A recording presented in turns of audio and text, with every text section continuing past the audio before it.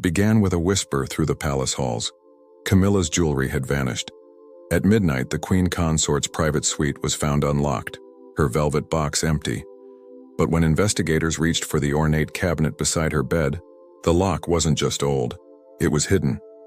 And inside that cabinet lay something no one was meant to see, not even King Charles. What was inside that secret compartment? And why did the royal guards move before dawn without a word to the press? If you love deep royal mysteries and stories the tabloids can't quite explain, you are in the right place. Hit like, subscribe, and ring that notification bell so you don't miss what really happens behind palace doors. Because tonight's story isn't just about missing jewels. It's about loyalty, secrets, and a truth that might have been buried beneath royal silence. The clock above Clarence House struck midnight, soft, deliberate, almost reverent. Outside, London was asleep beneath a thin veil of fog, its amber streetlights glowing like watchful eyes. Inside the palace, silence ruled the corridors, until a faint alarm broke the stillness. It wasn't loud, not the kind of alarm that blared or panicked. It was discreet, a quiet signal meant only for the royal guard stationed by the West Wing. Two guards exchanged a glance. One of them, Sergeant Hale, pressed his earpiece. "Alarm, Queen Consort's quarters," he whispered. The words were enough to set the protocol in motion. No one ran in the royal residence. Even in emergencies, movement had to appear composed. But beneath that composure was tension, sharp and rising. The alarm had come from the jewelry case in Camilla's private room, a box reserved for pieces too personal to ever leave her side. As the guards reached the door, Hale's gloved hand touched the brass handle. Unlocked. That alone sent a chill through him. The Queen Consort's door was never left open. Inside, the room was dim, soft lamps casting golden pools of light across antique furniture. The air smelled faintly of roses and parchment.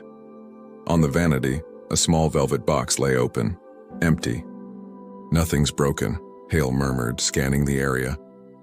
No sign of forced entry. Then his light caught something strange, a small indent in the carpet near the cabinet, as if something heavy had been shifted. The cabinet itself, tall, polished mahogany, looked ordinary at first. But closer inspection revealed a thin line around the base, barely visible, like a seam where wood met hidden metal. "Get the locksmith," Hale ordered. "Now." The locksmith arrived 20 minutes later, an older man with silver hair and steady hands. He'd served the royal family for decades, the kind of man who knew every secret hinge and panel in these centuries-old walls. He ran his fingers along the edge of the cabinet, humming softly to himself. "This isn't part of the original design," he muttered. "Whoever modified this did it privately." Camilla herself had entered the room by then, wrapped in a silk robe, expression tight but composed. Her eyes moved from the empty box to the cabinet, then to the locksmith. "Do it quietly," she said. "Please." The locksmith nodded.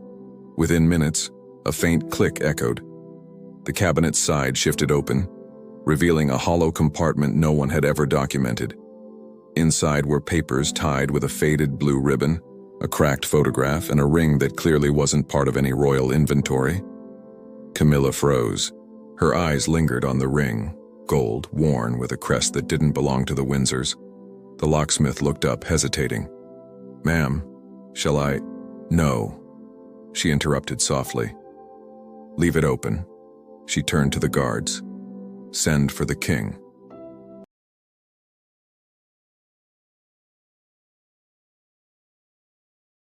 In another part of the house, King Charles had been reading. A single lamp lit his study, pages of correspondence scattered around him, notes about public engagements, environmental projects, endless duties that never seemed to stop. When the call came through his private line, his face changed, not panic, but something quieter, a shadow of recognition. He arrived at the room minutes later, the guards to the side as he entered, his expression unreadable. He saw the empty jewelry box first, then the hidden compartment. For a long moment, he said nothing. Then, quietly, "So it's still here." Camilla frowned. "You knew." Charles stepped closer, eyes on the papers. "It was meant to be sealed years ago. I thought it had been removed after the move to Clarence House. Her voice sharpened slightly. Then what's inside, Charles? He sighed, a weary, reluctant sound. Letters. From before. Before what? She wanted to ask. But the look on his face stopped her. The locksmith, dismissed gently, closed the door behind him. Only Charles, Camilla, and Sergeant Hale remained. The king reached for the faded blue ribbon, fingers trembling ever so slightly. The papers inside were old, handwritten notes, each folded carefully, the ink faded but legible. Camilla leaned in, reading the first line before he could stop her. My dearest L, if this ever finds you, know that I never meant for it to end this way. Her eyes lifted to his, confusion deepening. Who is L? Charles's silence was an answer in itself. The guard looked away, pretending not to hear.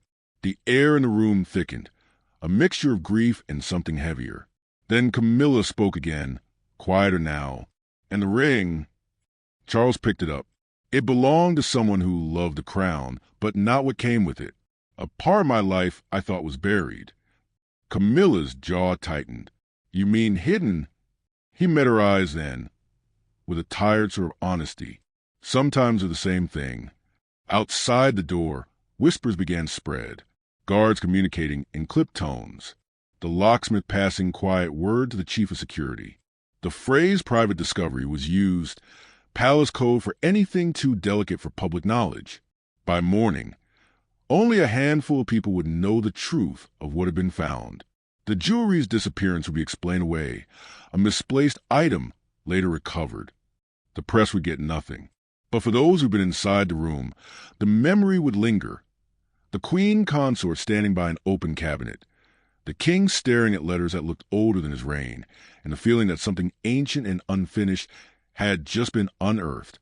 As dawn crept across the palace windows, the light touched the empty velvet box. Camilla turned toward it one last time. Lock the room, she said quietly. Yes, ma'am, replied Hale.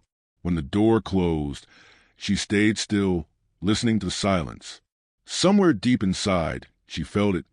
The story behind that ring wasn't over. Whatever truth Charles carried, it was written in those letters. And she knew one thing for certain. This wasn't about stolen jewels anymore. It was about what they were meant to distract from. The morning light spilled into Clarence House, but inside the queen consort's room, the curtains stayed drawn. The air was still thick from the night before, the quiet hum of secrets refusing to fade. The cabinet stood open, its hidden compartment exposed like a wound. Camilla sat beside it, her hands folded tightly, eyes fixed on the old letters. She hadn't slept. The scent of old paper and polish lingered in the air, almost haunting. A soft knock broke the silence. It was Sergeant Hale again. Ma'am, His Majesty requested privacy for the morning brief. He asked that no one enters this room. Camilla's reply came calm, but cold. And yet, here you are. Hale hesitated. Forgive me, ma'am. The Chief of Security insists on inspecting that cabinet. Standard procedure. She exhaled slowly. Then let him in, but tell him to tread lightly. That was older than both of us. Moments later, the chief entered, tall, precise, a man whose career was built on silence. He carried a small scanner and began sweeping it along the cabinet's edges. A faint beeping sound emerged. There's more metal under here, he said. A secondary lock, possibly magnetic. Camilla frowned. Another compartment? He nodded, hidden behind the first. Very deliberate craftsmanship. Her pulse quickened. Open it. The chief glanced toward her. Ma'am, this might be sensitive royal property. I should... Do it, she interrupted. Her tone carried that subtle authority only years beside the throne could forge. Within minutes, the mechanism clicked, a small metal door sliding open inside the wood frame. From within, a small velvet pouch fell to the floor. It made the softest sound, but it was enough to draw every gaze in the room. Camilla bent down, picked it up gently, and untied the string. Inside was another ring, this one unmistakably royal. The Prince of Wales's crest, engraved with a Latin phrase.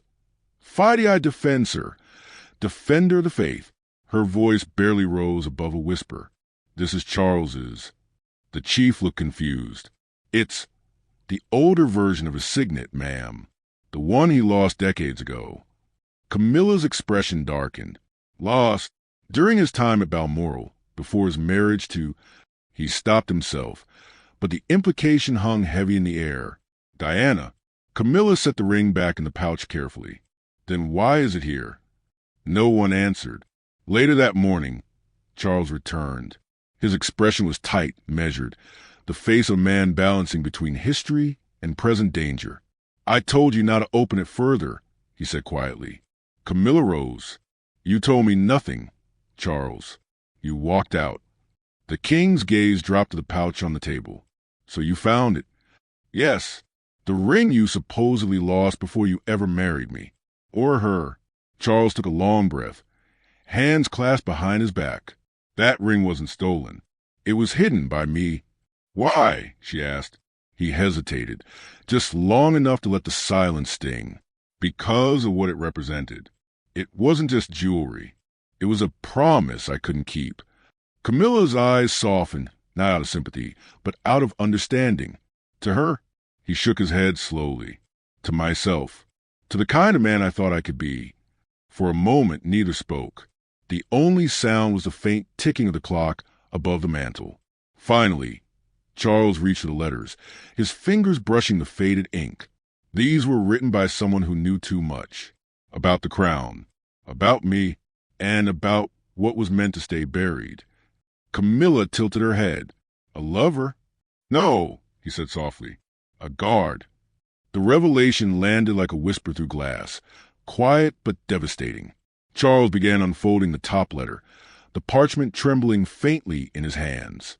My duty binds me, but my conscience rebels. I've seen what they hide in the archives, what they call for the safety of the realm. I cannot stay silent if my loyalty means blindness. It was signed only with initials. L.T. Camilla frowned. Who was he? Lieutenant Thomas Lacey, Charles replied. One of my father's trusted men. He served in the Royal Guard for 20 years. Her eyes widened. The one who vanished in 1992? Charles nodded. He was dismissed quietly, after an investigation no one talks about. These letters, he glanced at them again, were written during that time. He discovered something he shouldn't have. Camilla's voice softened. And you kept his letters? I didn't keep them, Charles admitted. My mother did. Camilla blinked. The Queen. He nodded. She hid them, said some truths belonged to the crown, not the people. When she passed, I thought they were gone. Until now. For a long moment, Camilla just stared at the open cabinet. The ring, the letters, the photograph she hadn't dared to touch yet. Charles, she whispered, what did Lacey know?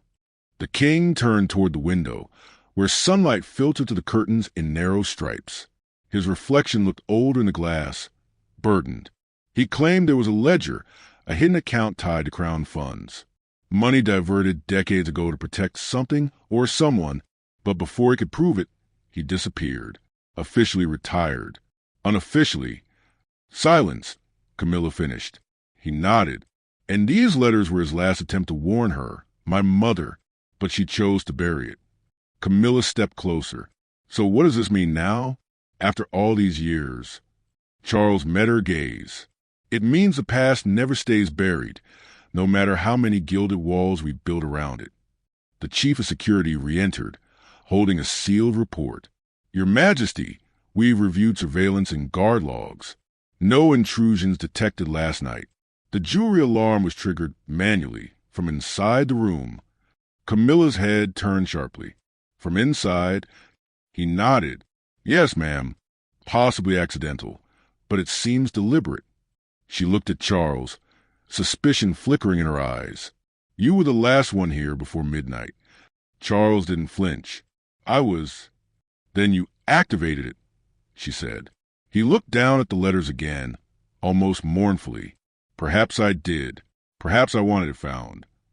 Camilla's voice trembled slightly, a mix of anger and disbelief. Why now? His answer was quiet but steady.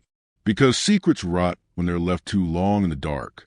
And if I'm to carry this crown honestly, I can't do it with lies still whispering from the walls. That night, Clarence House grew silent again. The cabinet stood locked once more, but this time, its secrets weren't hidden.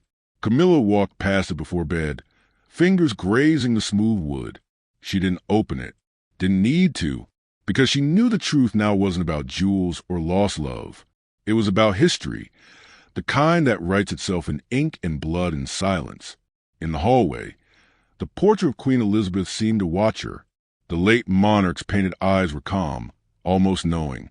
And for a brief moment, Camilla thought she heard a whisper, faint, like a memory returning. The crown remembers everything.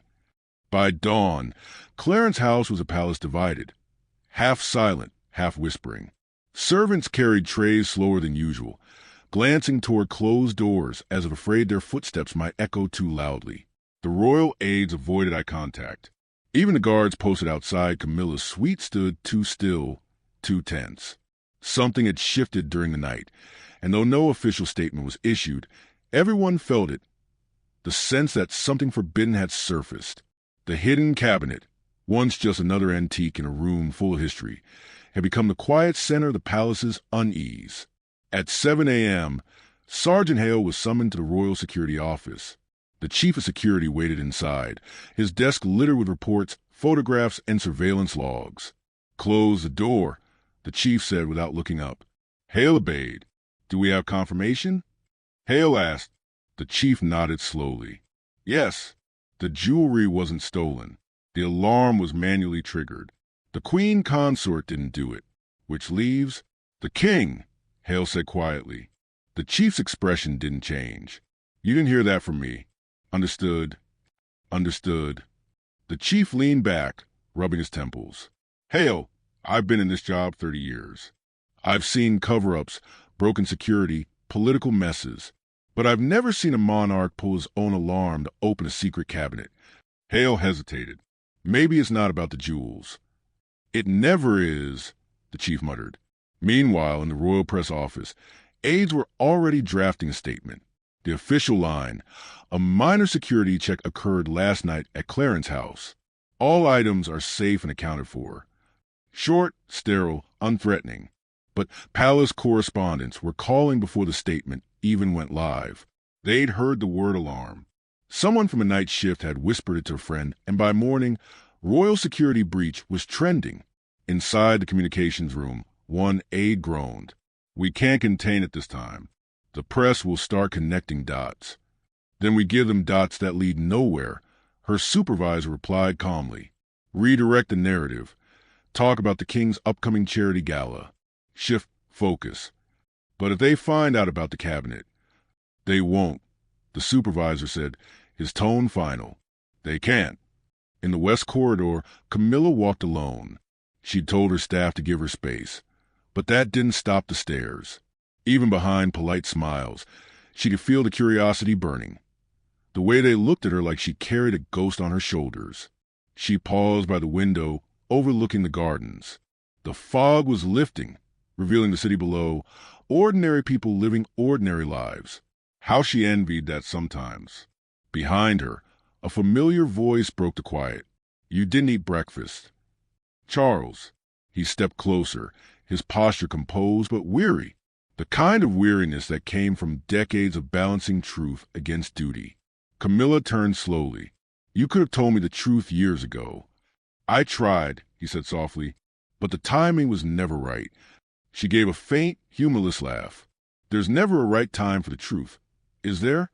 Especially in this family." Charles's expression softened. "What's said in private stays between us. You have my word." Camilla looked at him for a long moment, searching his face for the man she'd once known before the crown. "And what about the guard? The one who wrote those letters?" "Lacey." "Yes." Charles's gaze drifted to the window. He served loyally, but loyalty isn't the same as obedience. He learned something dangerous, and he couldn't stay silent. He was removed before he could speak to press. "Removed," Camilla repeated quietly. A gentle word for disappeared. Charles didn't deny it. In the staff hall, whispers spread faster than orders. One guard murmured to another. They found something in the cabinet. Not jewels, documents. How do you know? My cousin's in maintenance. He said the cabinet's been sealed again under direct royal request. And the locksmith? Transferred. Effective immediately. The words were traded in halftones, glances, unfinished sentences. Because everyone inside those walls understood the unspoken rule. Truth in a royal household was a dangerous thing. It could crown or crush, depending on who spoke it. By noon, half the palace knew something had been found. By 2, they knew it involved King Charles personally. By evening, the only thing they didn't know was what. That night, Sergeant Hale patrolled the west corridor again. The cabinet room was dark, locked tight. Still, something drew him to it. Curiosity, maybe, or that instinct soldiers get when they know a story's not done yet. He stood before the door, listening. Nothing. But then, faintly, the softest click, like metal shifting inside wood. He froze. Hello? No answer. He turned the handle, locked. When he leaned closer, his flashlight beam caught something under the door, a folded scrap of parchment, barely sticking out. He crouched, gloved fingers tugging it free. It was a torn piece of one of the old letters. The ink was faded, but few words remained. If they learn what's under the foundation, they'll never forgive the crown. Hale's breath caught. Under the foundation, he folded it carefully, slipping it into his pocket.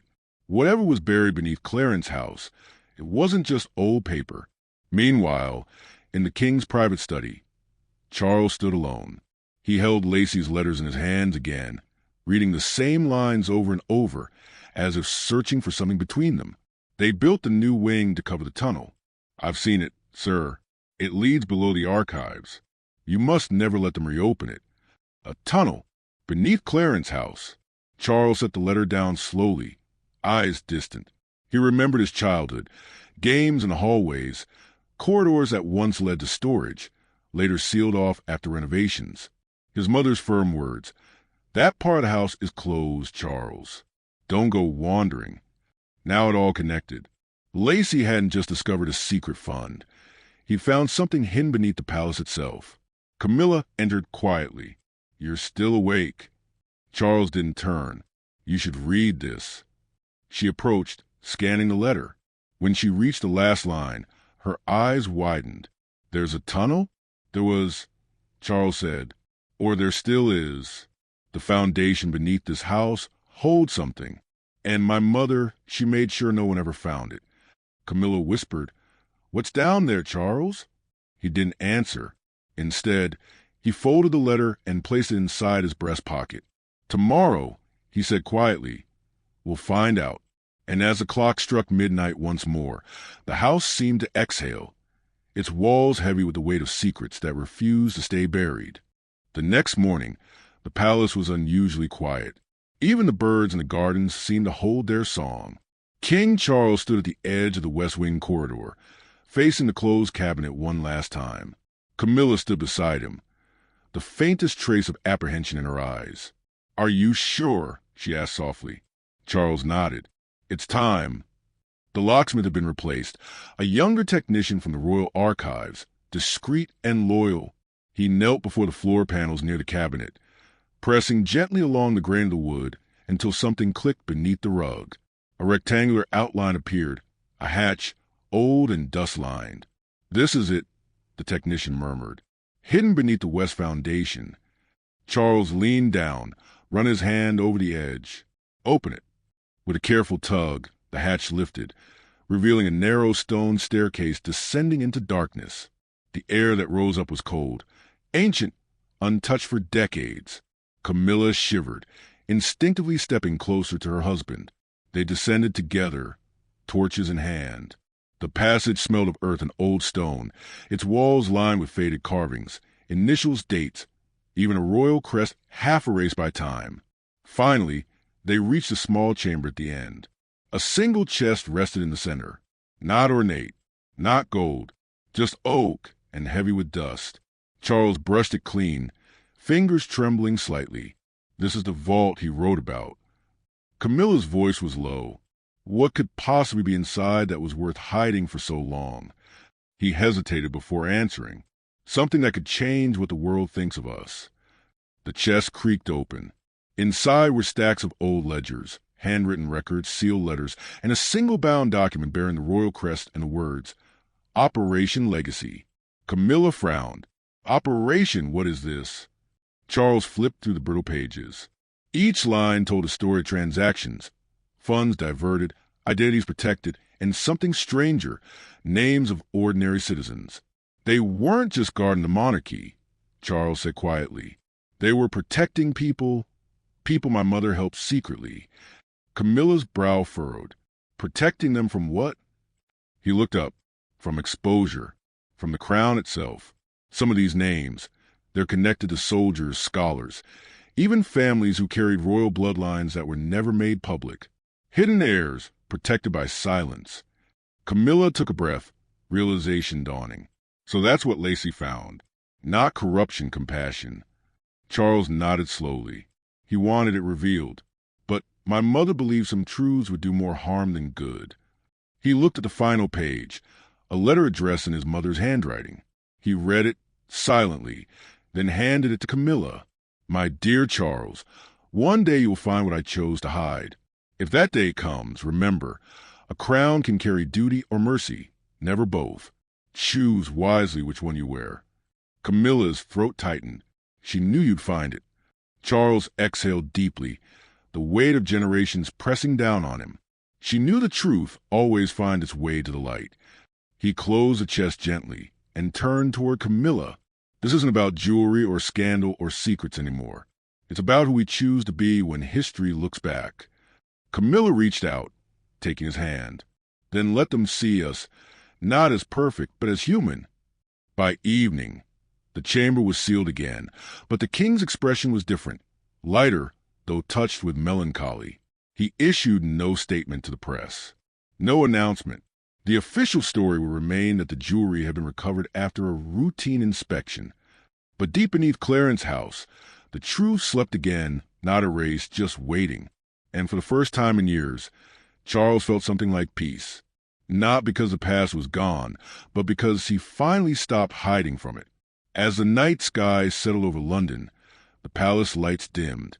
Inside, a monarch and his queen sat quietly by the fire, no secrets between them, only silence that finally felt honest. Clapperboard, Oyudiaro, for the audience, almost equals 200 words. And that was the midnight mystery of Clarence House, a story not of stolen jewels, but of hidden compassion, royal silence, and a truth buried beneath centuries of tradition. What began as a missing piece of jewelry led to something far deeper, a secret that proved even a crown carries ghosts of its own past. Sometimes, the greatest mysteries aren't about power or scandal. They're about people, flawed, frightened, and trying to do what they believe is right. And maybe that's the real story behind royalty, not the diamonds or titles, but the weight of what they can never say. If you were drawn into this royal secret, take a moment, hit like, subscribe, and share this story. Because every week, we uncover the hidden chapters of history books never printed. And remember, in the world of crowns and whispers, even silence has a story. Crown,